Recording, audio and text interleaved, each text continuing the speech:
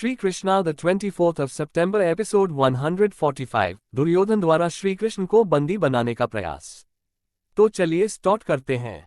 Start करने से पहले आप मेरे चैनल पर नए हैं तो मेरे इस चैनल को सब्सक्राइब करें। निर्माता और निर्देशक रामानंद सागर के श्री कृष्णा धारावाहिक के 24 सितंबर के 145वें एपिसोड श्री कृष्णा एपिसोड 145 में उत्तरा के विवाह के बाद श्री कृष्ण की सलाह पर पांडव अपनी मांगों को लेकर हस्तिनापुर भेजते हैं विराटनगर के राजपुरोहित को दूत बनाकर। महाराज धृतराष्ट्र के पास पांडवों दूत आकर संदेश सुनाता है, महाराज धृतराष्ट्र आप हम पांडवों के लिए केवल हस्तिनापुर के राजा ही नहीं हमारे ज्येष्ठ पिताश्री भी हैं, इसलिए संधि अनुसार हम अपने अधिकार और इंद्रप्रस्थ के वापसी की मांग हस्तिनापुर के महाराज से कर रहे हैं और अपने ज्येष्ठ पिताश्री से यह निवेदन भी करते हैं कि वे हमारे अधिकार सहित हमारा राज्य लौटाने की कृपा भी करेंगे। शकुनी और दुर्योधन आकर वहां पर कहते हैं कदापि नहीं, माताश्री आप किस अधिकार की बात कर रही हैं? तो गांधारी कहती है वही अधिकार जिसका यदि 13 वर्ष का सूद जोड़ा जाए तो मूल से भी अधिक होगा। इसके बाद दूत कहता है कि महाराज पांडवों ने अपना राजपाट जीवन भर के लिए नहीं सौंपा था, द्यूत की शर्तों के अनुसार 13 वर्ष के बाद उनका राजपाट उन्हें लौटा देना चाहिए। ये तो पांडवों का शिष्टाचार है कि उन्होंने आपसे अधिकार की मांग की है। ये सुनकर दुर्योधन कहता है कि भिखारी मांग ही सकते हैं क्योंकि उनमें छीनने का साहस नहीं होता और देने वाला टुकड़े देता है, राजपाट नहीं।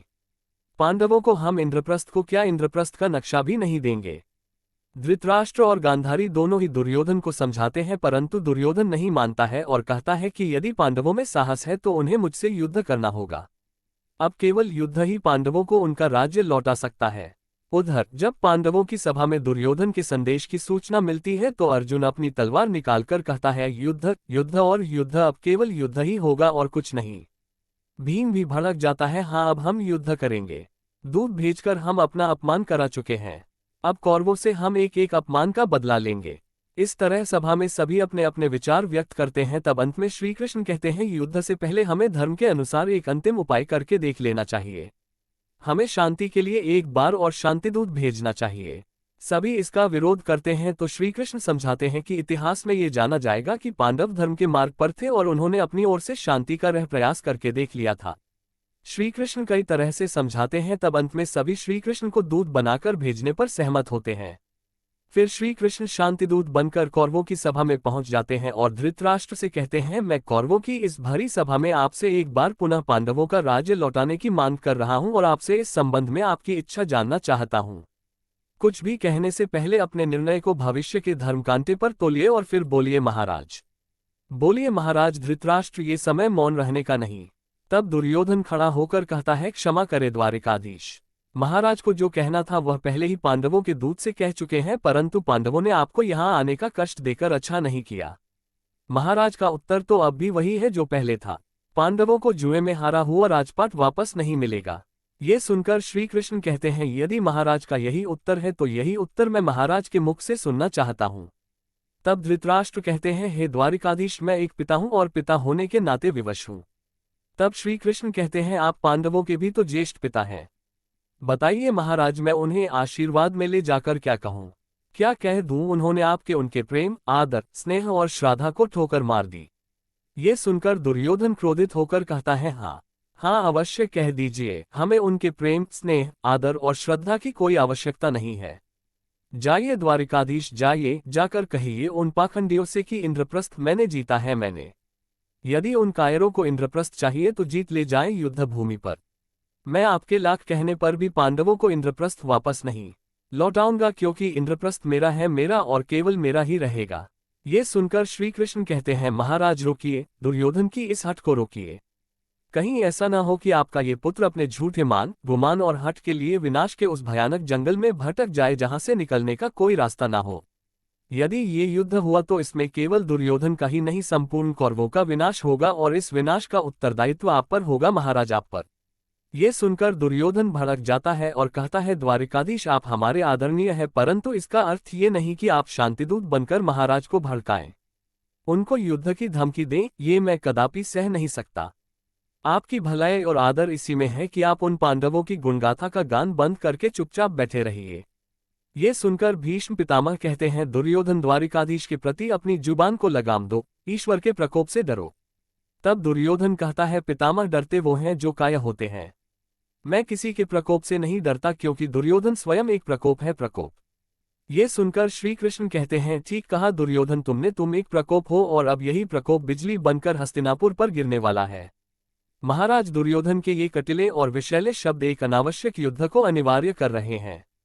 महाराज धर्मराज युधिष्ठिर ने अपने शांति संदेश में ये भी कहा था कि यदि महाराज अपने पुत्रों के हाथों लाचार होकर हमें हमारा राज्य नहीं लौटा सके तो उन्हें कौरवों की इस भरी सभा में अधिक लज्जित न कीजिएगा, उनकी विवशता का प्रदर्शन न कीजिएगा, उनसे पांडवों के इंद्रप्रस्थ के बदले 5 भाइयों के लिए केवल 5 गांव ही मांग लीजिएगा, वो 5 गांव पाकर ही संतुष्ट हो जाएंगे।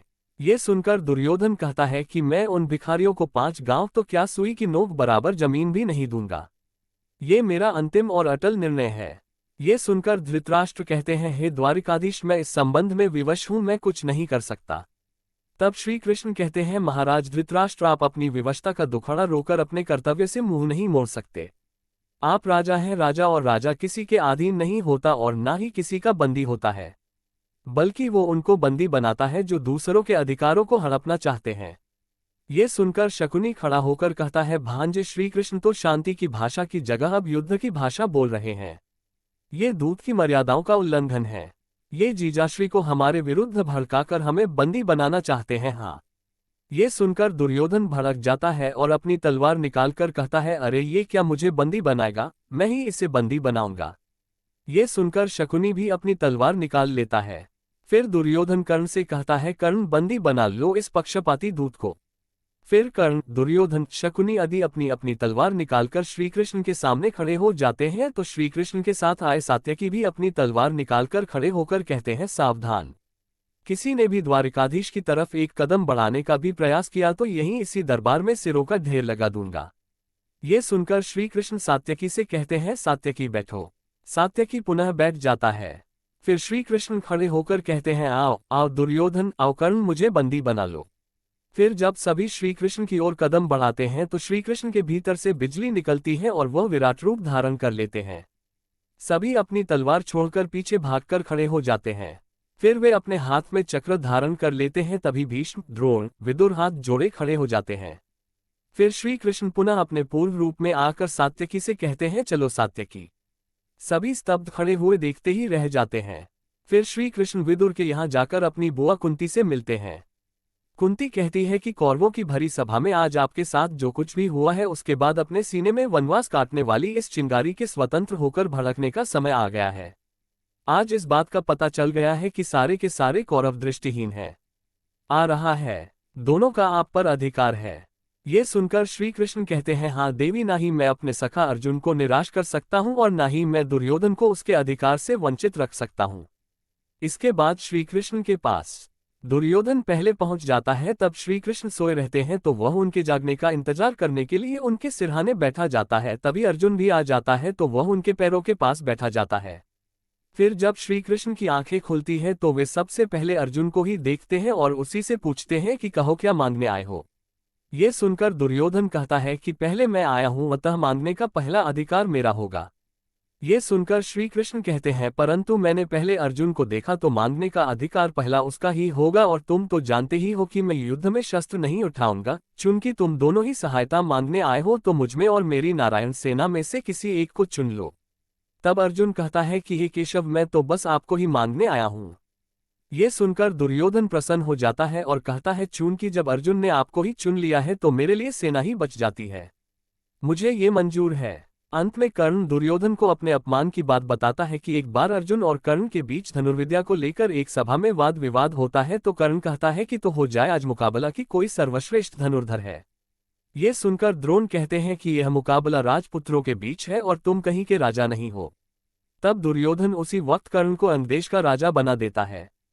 तब द्रोण कर्ण को सूत पुत्र कहकर उसका अपमान करते हैं। बाद में कर्ण ये प्रतिज्ञा करता है कि मैं पितामह भीष्म के नेतृत्व में युद्ध नहीं लड़ूंगा। जय श्री कृष्णा। अब अगले वीडियो में मुलाकात होगा। आप मेरे चैनल पर नए हो तो मेरे चैनल श्री भक्ति सागर को सब्सक्राइब करें। Thanks for watching. Happy new year. भूल जाओ बीते हुए कल को।